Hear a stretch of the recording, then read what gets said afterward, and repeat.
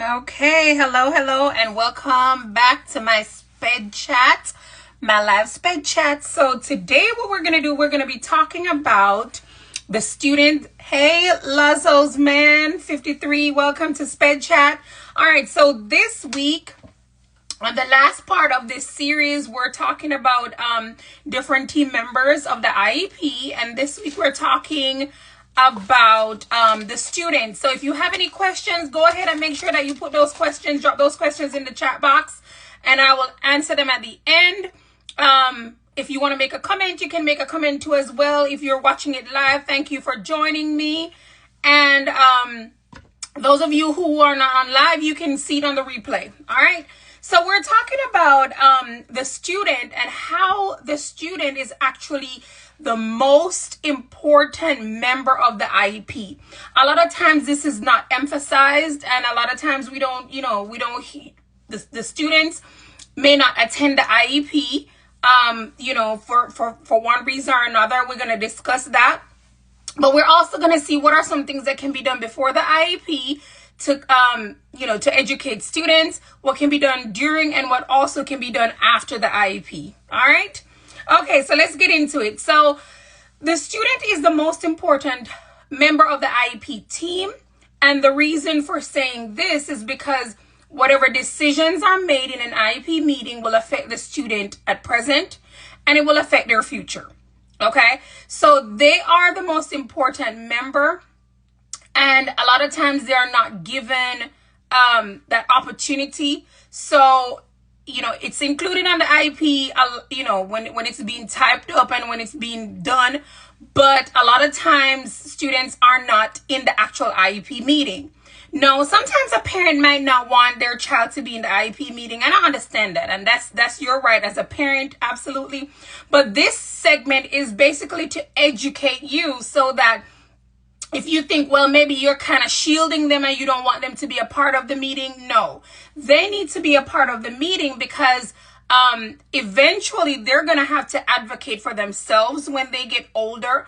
And so, the more they know about an IEP meeting and the more they know how to advocate for themselves, this will make it better for them later on. All right. So when it comes on to, it helps them to also have an in-depth knowledge of the procedures of an IEP meeting, so that, when they get to where they have to advocate, then they can advocate. All right. So when bringing a student into an active role, it is important to encourage participation based on their own comfort level. So you don't want to push them into something that they're not ready for. You want to do it based on how comfortable they are and also their age group. So a lot of parents, sometimes when their children are younger, they might not want them to be a part of the IEP meeting. I get that. But when they get to the point where they understand what is going on in the meeting, it's important for them to be a part of that. Maybe you just want them to come to the meeting, to meet the team members, just to introduce themselves, who they are. And also sometimes they can become active. They can take on active role, like asking questions and even giving their own input in the IEP meeting, depending on the age level. This allows them an opportunity to have a say in what is being done, the decisions that are being made in the IEP meeting.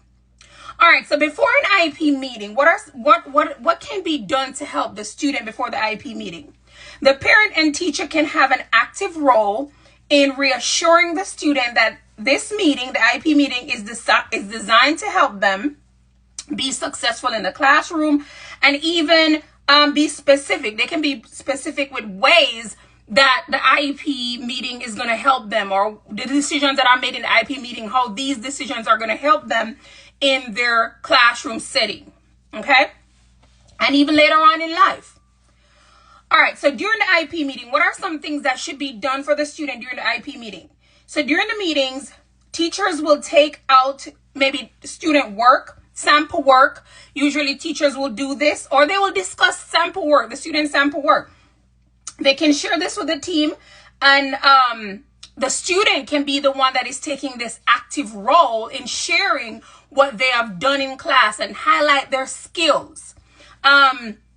they can be helped to create their own portfolio of work that they have done in class so that they can showcase that during the meeting. And that is an active role that they're playing, because they're owning what they have done. They're owning their own skills, which they're going to need, as they get older.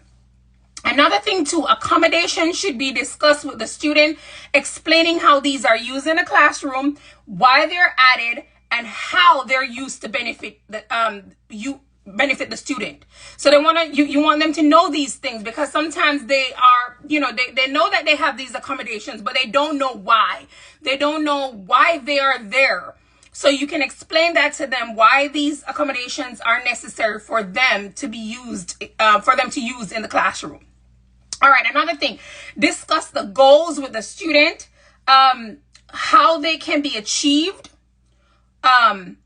who are the individuals that's going to help them to achieve these goals. You want to discuss that with them as well. Students having that in mind, knowing, okay, well, this is the goal that I know I need to achieve for the year. This will help them. And if you have to kind of break it down, however you need to do it, chunk it, however you need to do it, they need to be aware of what their goals are. If they don't know what their goals are, how are they going to achieve them? So you want them to be aware of their goals so that they can achieve them. They know who's going to help them to achieve these goals. All right. Now, after the IEP meeting, if possible, they can have a list of their accommodations. So if possible, after discussing the accommodations, if possible, if you have that kind of time or whatever, give them a list of their accommodations so they know. And if for any reason they might not be getting those, they can say, well, I'm not really getting this as an accommodation. What can be done? They need to be aware of their rights too, so that they can advocate for those.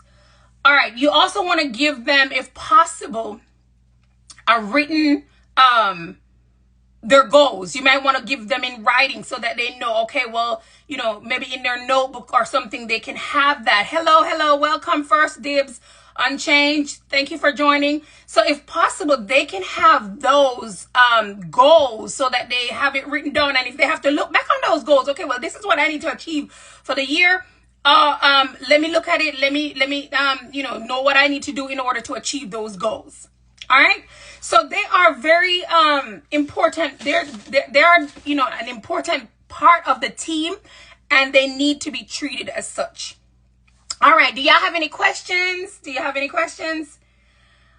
All right. So if you don't have any questions, thank you so much for joining me this week. So Sped Chat is going to be on a little break until September. We're going to start with some new things for the upcoming school year. We're going to have some workshops or boot camps that we're going to have coming up, as well as in the September series of Sped Chat, we're going to be exploring technology and how technology should be incorporated in the special education classroom, in terms of teaching, in terms of document. How do we save our documents? How do we file our information for our students? Because we're living in a day and age where technology is taking over. And so in special education, sometimes, we're behind, but we need to catch up with that. So we're going to be discussing that in that series in September, technology and special education, how to integrate that. Okay. All right. Thank you so much for joining me today. And I look forward to seeing you when we get back in September. So look out for those announcements on all my platform. And like we always say in Jamaica, gonna take care of yourself. All right. Bye.